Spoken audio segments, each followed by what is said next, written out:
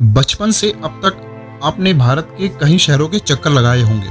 मुमकिन है कि आप बहुत बड़े घुमक्कड़ भी हो सकता है देश का कोना कोना छानना आपका शौक हो, लेकिन फिर भी बहुत कम ही होंगे जिन्हें उन शहरों के नाम के अंतिम हिस्से का मतलब पता होगा। अंतिम हिस्सा यानी जैसे कानपुर में पुर, फिरोजाबाद में आबाद और अलीगढ़ में गढ़। हमें जब इस बारे में कुछ इतिहासकारों से जानने का प्रयास किया तो हैरानी इस बात की हुई कि कई इतिहासकार भी इन शब्दों का मायनों से अनजान थे। क्या है पुर का महत्व? रायपुर, सहारनपुर, कानपुर, गोरखपुर, नागपुर जैसे अन्य भारतीय शहरों के नाम पुर के साथ जुड़ा हुआ है। दरअसल पुर शब्द वेदों से आया है। ऋग्वेद में पुर यानी कि पूरा का कई बार जिक्र किया गया है, जिसका मतलब होता है शहर या किला। ये संस्कृत में शहर के लिए सबसे पुराना शब्द है।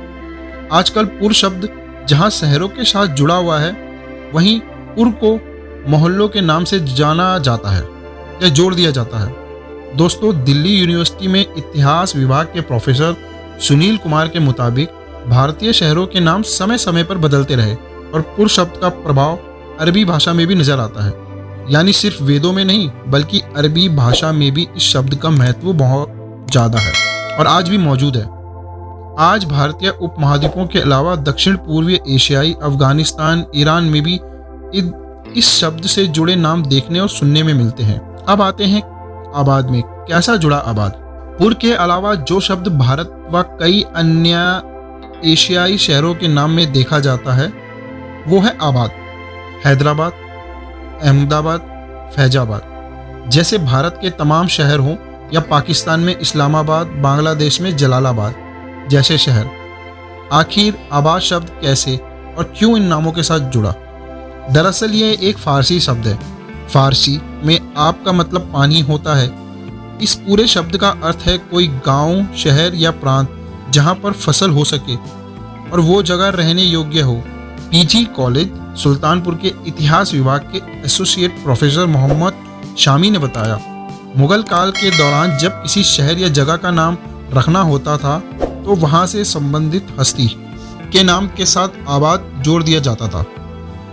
इससे न सिर्फ वहां पर मुगल सल्तनत की छाप छोड़ी जाती थी बल्कि शहर के लोगों को पहचान भी देने का प्रयास होता था।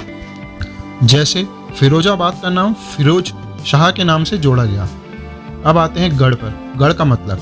गढ़ शब्द से ज़्यादातर लोग वाकिफ़ है। ये किले से संबंधित है, चाहे भारतीय इतिहास में राजपूत हो या मुगल शासक में।